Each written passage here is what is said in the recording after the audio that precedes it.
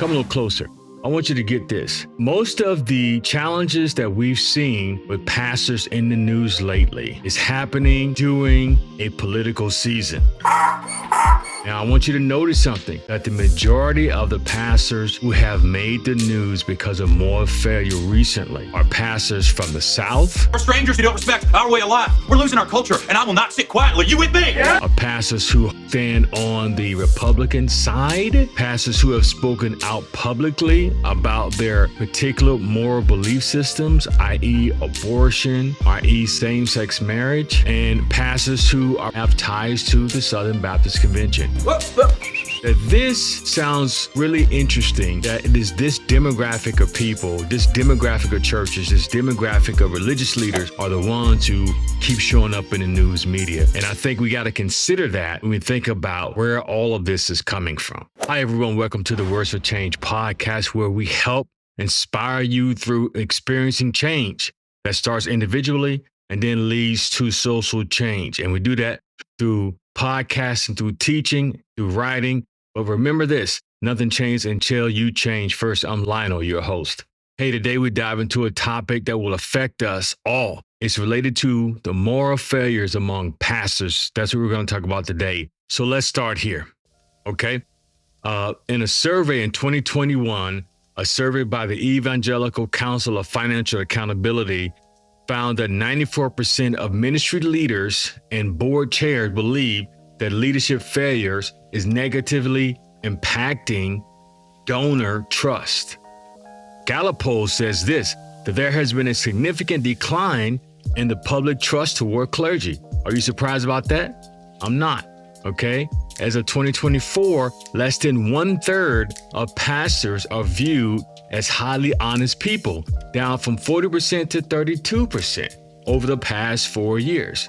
One source even claims that 40% of pastors polled admitted to having, watch this, an extramarital affair since beginning their ministry. My goal here is to get at solving the problem, not to keep blaming, but to say, hey, listen, why is this happening repeatedly, and what do we need to do to stop it? I want to say that those individuals who are victims of predatory behavior from religious leaders, I stand in solidarity with them, I pray for them, and I pray for their family.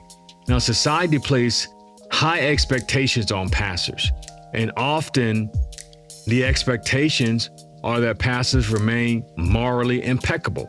And this pressure can be overwhelming, can lead to escape through inappropriate behaviors that are unhealthy for them. And I remember years ago asking one of my leaders, how do you deal with stress, and how do we deal with stress in the ministry?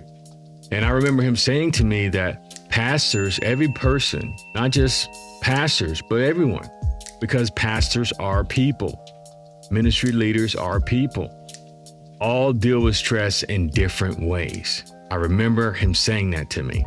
And so some, when they do not have the right help that they need, have a tendency to navigate to their worst demons or the things that they struggle with in order to deal with the stressors in their lives. If this is making sense to you, go ahead on and hit that subscribe button, because that lets the algorithm know, really does, that this content means something to you and is helpful and someone can benefit from it, and they will continue to push that. Now, when we talk about moral failure, we're talking about moral integrity. And moral failure refers to when a person's action significantly breaches their standard and expectation of religious leaders, right? An example can include adultery, financial misconduct, abuse of power, some of the issues that really define what do we mean when we talk about moral failure. There are some examples in the Bible. King David, when he sinned against Bathsheba in 2 Samuel 11, when Peter, denial of Jesus right before his crucifixion in Matthew 26, those standards can be identified in 1 Timothy 3.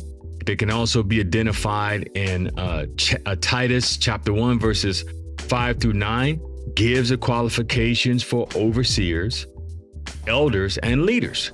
And they emphasize the attributes like self-control, respectability, the ability to teach.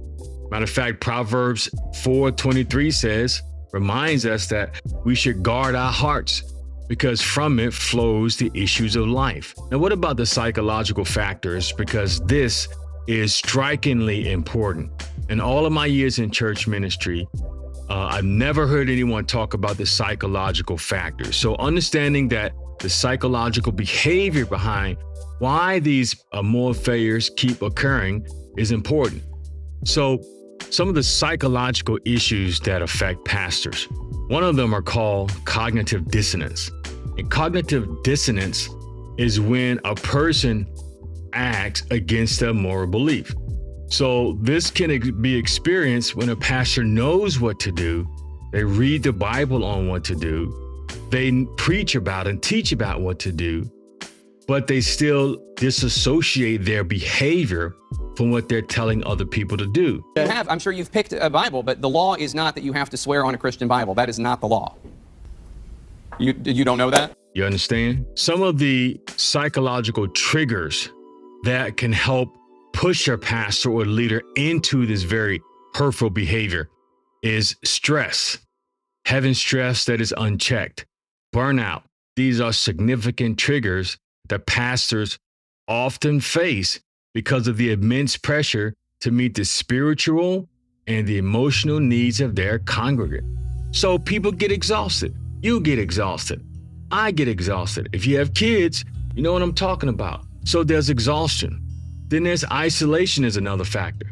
Without having a proper network or support, pastors can become vulnerable because they don't have anyone to share their problems with.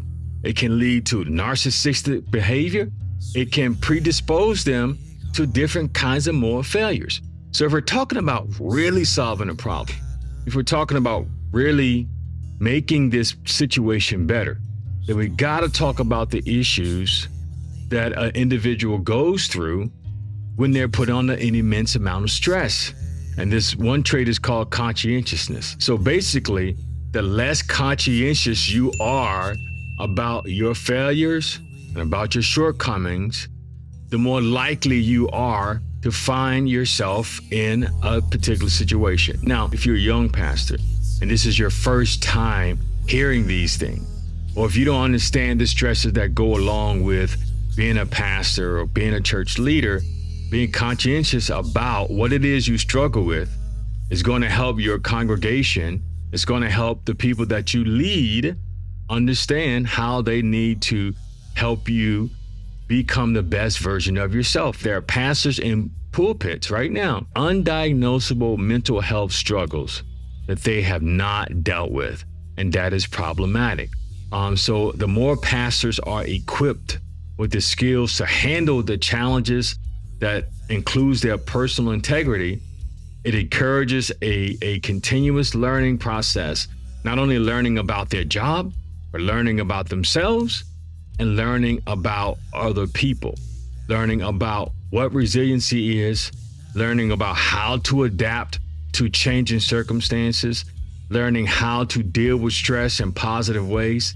These are some of the human factors that we need to consult with. Why? Because you can't always consult with spirituality, even though that's vitally important, because pastors derive their ministry from a sense of spirituality, but Jesus don't stop you from making them horrible decisions, right? Now, this leads me to another thought.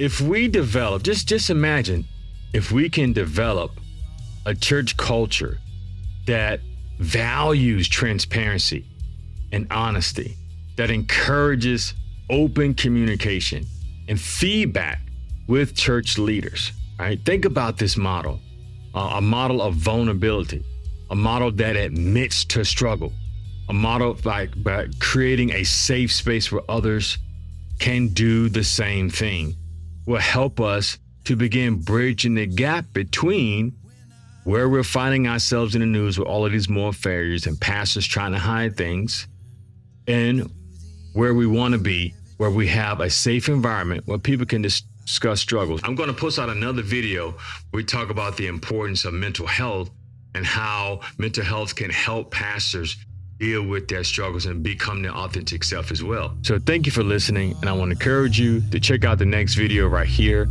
that talks about mental health. Peace.